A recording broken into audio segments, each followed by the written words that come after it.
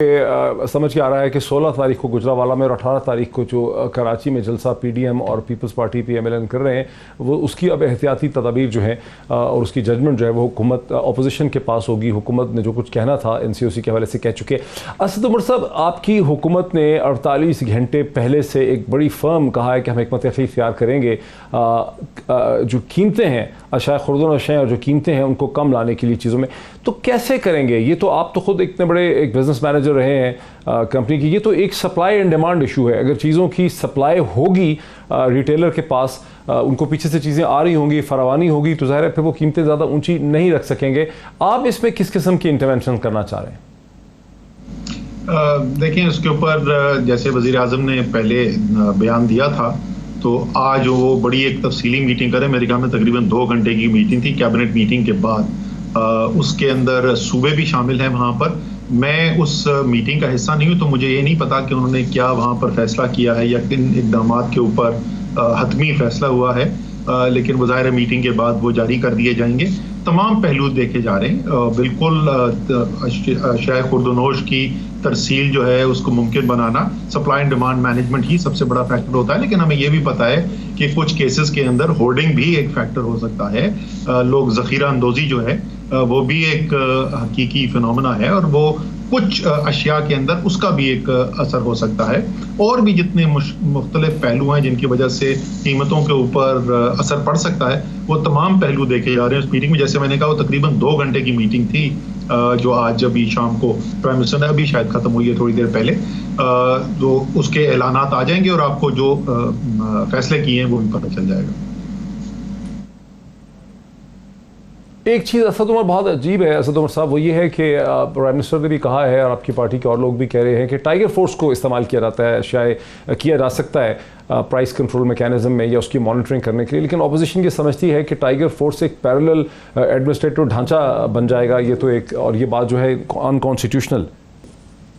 Sir, इसी किस्म के खदशात का इजहार किया गया था जब प्राइम मिनिस्टर ने ये टाइगर फोर्स के वॉलंटियर्स जो हैं, वो लोग जो कौमी मामलात के अंदर हुकूमत की मदद करने के लिए तैयार है, एक वॉलंटियर बेसिस के ऊपर उसका ऐलान हुआ था कोरोना के पॉइंट ऑफ व्यू से। उस वक्त भी इसी किस्म के खदशात का इजहार किया गया था कि पता नहीं लड़ाई झगड़े हो जाएंगे कि क्या हो जाएगा। आपने देखा वो कुछ भी नहीं हुआ। उन लोगों ने एक अच्छा मस्बत रोल प्ले किया। किस किस्म की ड्यूटीज उनको दी गई। मसाजिद के अंदर जिस वक्त तरावी का फैसला हुआ कि होंगी और उसके लिए SOPs बने, तो वो लड़के जो हैं, वो 2-2, 3-3 लड़के जो हैं मस्जिद के बाहर जाके बैठ जाते थे और नमाजी जब अंदर जा रहे थे तो एक दफ़ा दोबारा याद दहानी करा देते थे जी क्या एहतियाती तदाबीर है जिनको किया जाए। इसी तरीके से वो यूटिलिटी स्टोर कॉर्पोरेशन पे जाते थे, वहाँ पे देखते थे कि कोई अशिया खुर्दनोश जो हैं वो मौजूद हैं, अवेलेबल है या नहीं है, दस्तियाब हैं कि नहीं है। इस किस्म की ड्यूटीज़ और 2-3-4 ऐसे काम थे। उसका ये मतलब नहीं है कि वो उन्होंने पाकिस्तान की जो सरकारी इंतज़ामिया है वो उसके नेमल बदल के तौर पर आ गए हैं, लेकिन उनकी मदद करने के लिए और एक रोल जो है उनका भी बनता है, उसके लिए इस्तेमाल करते हैं। भाई, अब ये तो हमारा कसूर नहीं है कि इमरान खान के एक कॉल के ऊपर जो है हज़ारों नहीं लाखों लोग वॉलंटियर करने को तैयार हो जाते हैं और दूसरे सियासतदानों को नहीं मिलता ऐसा मौका। अच्छा असद साहब, आपने एक बात की कही, आपने कहा कि कैबिनेट की जो मीटिंग हुई है जो 4 बजे ख़त्म हुई है, उस मीटिंग के बाद 2 घंटे प्राइम मिनिस्टर ने प्राइस कंट्रोल के हवाले से अलग मीटिंग की है। तो प्राइस कंट्रोल का इशू अगर कैबिनेट मीटिंग में डिस्कस नहीं हुआ, तो ये 4 घंटे की इतनी बड़ी कैबिनेट मीटिंग है, इसमें फिर क्या डिस्कस हुआ? और ये इतनी बड़ी जो कैबिनेट मीटिंग्स होती हैं जिसका बहुत चर्चा है शहर में कि पहले नहीं होती थी गालबन इतनी बड़ी कैबिनेट मीटिंग्स, हर ट्यूसडे को 4 घंटे की कैबिनेट मीटिंग होती है, उसमें क्या फिर डिस्कस किया? सर, हर दफ़ा कैबिनेट की काबीना की जो मीटिंग होती है उसके अंदर 12, 14, 16 आइटम्स होते हैं और हर एक के ऊपर सैर हासिल बहस होती है। वज़ीर आज़म यकीन रखते हैं मुशावरत के अंदर, वो चाहते हैं कि फ़ैसले जो हैं मुशावरत से किए जाएं और वो अपने आप को अक़ल कुल नहीं समझते। ये पाकिस्तान की तारीख में कम हुआ है कि इस तरीके से कोई काबीना चलाए और इस तरीके से फ़ैसले करे। तो आज भी इसी तरीके के बहुत सारे फैसले थे जो काबीना के पास आए। वहाँ बहस मुबाहिसा, कभी कभी तो थोड़ी जरा जज्बाती गुफ्तगू भी हो जाती है, जो उसके फौरन बाद टीवी पे ब्रेकिंग न्यूज चलनी शुरू हो जाती है। अच्छा। तो जो मुल्क चलाने के मामला, जो वफाक के फैसले हैं, वो वफाक के फैसले काबीना के सामने रखे जाते हैं और वहीं पे फैसले होते हैं। और यहाँ पर भी जो प्राइस कंट्रोल वाला कि अगर कोई भी ऐसा कोई नया लॉ है या कोई नई एग्जीक्यूटिव स्ट्रैटेजी है तो वो अल्टीमेटली काबीना के पास आएगी अप्रूवल के लिए। देखिए ना, 4 बजे ही टिकर चलने लग गए थे, हेडलाइंस बन गई थी कि काबीना की मीटिंग के अंदर का हाल जो है वो सामने आ गया है। तो अगर आप खुद से ब्रीफ नहीं करेंगे कि की इश्यूज़ क्या थे काबीना में, तो फिर स्पेकुलेशन जो है वो होगी। तो की इश्यूज़ क्या थे जिस पे 4 घंटे तक जो एक इतनी डिबेट हुई? अच्छा सर, उसके अंदर हमने फैसला ये किया हुआ है कि बजाय कि हर वजीर जाके अपना जो है नुक्ता नज़र पेश करे, तो इंफॉर्मेशन मिनिस्टर जो है शिबली फराज वो करते हैं, वो हर मीटिंग के बाद करते हैं। लेकिन जाहिर है वो काबीना की मीटिंग खत्म होगी तो उसके बाद ब्रीफिंग करेंगे। यहाँ तो काबीना की मीटिंग चल रही होती है तो बाहर टिकर चलने शुरू हो जाते हैं। वो पता नहीं कैसे खबर बाहर निकलती है और उसमें से आधी सच होती है आधी झूठ होती है। सो शिबली फराज ने फॉर्मल ब्रीफिंग कर दी और उसके अंदर जो तमाम सीनियर जो अहम मामला हैं जिनके ऊपर गुफ्तगू हुई वो तमाम वो निकले। और हर काबीना की मीटिंग के बाद यही होता है। अच्छा, अब थोड़ा सा चले, आप काबीना की अंदर का हाल तो नहीं आप बताना चाहते, आप समझते हैं कि इंफॉर्मेशन मिनिस्टर ही की जो है वो जिम्मेदारी है कि उसके हवाले से बात करें। ये थोड़ा सा बता दीजिए कि इसमें भी एक है कि पहले शायद जो हुकूमतें थी, जैसे नवाज शरीफ साहब की हुकूमत थी, वो तो कम अज़ कम हर हफ्ते शायद 4-5 घंटे की कैबिनेट मीटिंग जो है वो नहीं करती थी। जरदारी साहब का मुझे याद नहीं है कि वो उनकी हुकूमत में ऐसी मीटिंग्स होती थी नहीं होती थी। तो ये एक नया फिनोमेना ऐड हो गया है जो स्ट्रक्चर्ड मीटिंग का कॉन्सेप्ट है। सर बिल्कुल, मैं जैसे बोलूँ ना कि बुनियादी जो तरीक़ेकार है फैसला करने का, बुनियादी सोच का ही फ़र्क है। आप चाहे जरदारी साहब को देख लें, उस वक्त तो वज़ीर आज़म कोई और होता था, असल ताकत जो है वो सदर के पास होती थी, सबको पता है, असल फैसले वहाँ पे होते थे।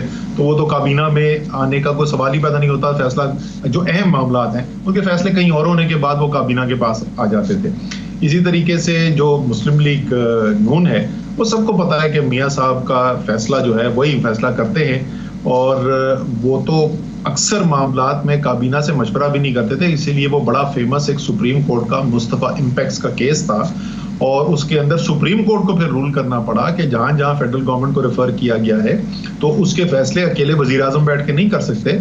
वो फेडरल गवर्नमेंट की डेफिनेशन जो है वो वजीर आजम प्लस फेडरल मिनिस्टर्स हैं, तमाम काबीना नहीं, लेकिन जो वफाकी वजीर हैं और प्राइम मिनिस्टर वो मजमूई तौर पर फेडरल गवर्नमेंट कानूनी तौर पर समझे जाएंगे। और इसलिए जिस जिस कानून के अंदर ये लिखा हुआ है कि ये फैसला फेडरल गवर्नमेंट ने करना है, वो तमाम फैसले जो हैं अब वैसे भी कानून जो है वो अब लाना ज़रूरी है कैबिनेट के सामने।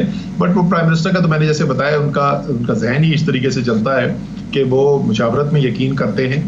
और अगर आप सुन भी लें तो सबसे पहले सब बहस हो जाती है तो उसके बाद वो समझ करके किसी पोजीशन पे पहुंचते हैं, एक्सेप्ट कोई 2-3 जो बिल्कुल उनके बुनियादी उसूल हैं उसमें सारे एक तरफ। मसलन मैं आपको अगर बताऊं कि अगर कोई खुदा ना खास्ता तहरीक इंसाफ में ये कहे भी कि जी ये मुकमका कर लो और NRO दे दो, तो जितने मर्जी लोग करते रहे, इमरान खान ने उस पर अपना माइंड नहीं बदलना। इसी तरीके से उनका एक यकीन था कि अफगानिस्तान का फैसला जो है वो बातचीत से होगा और डायलॉग के अलावा इसका कोई हल नहीं है।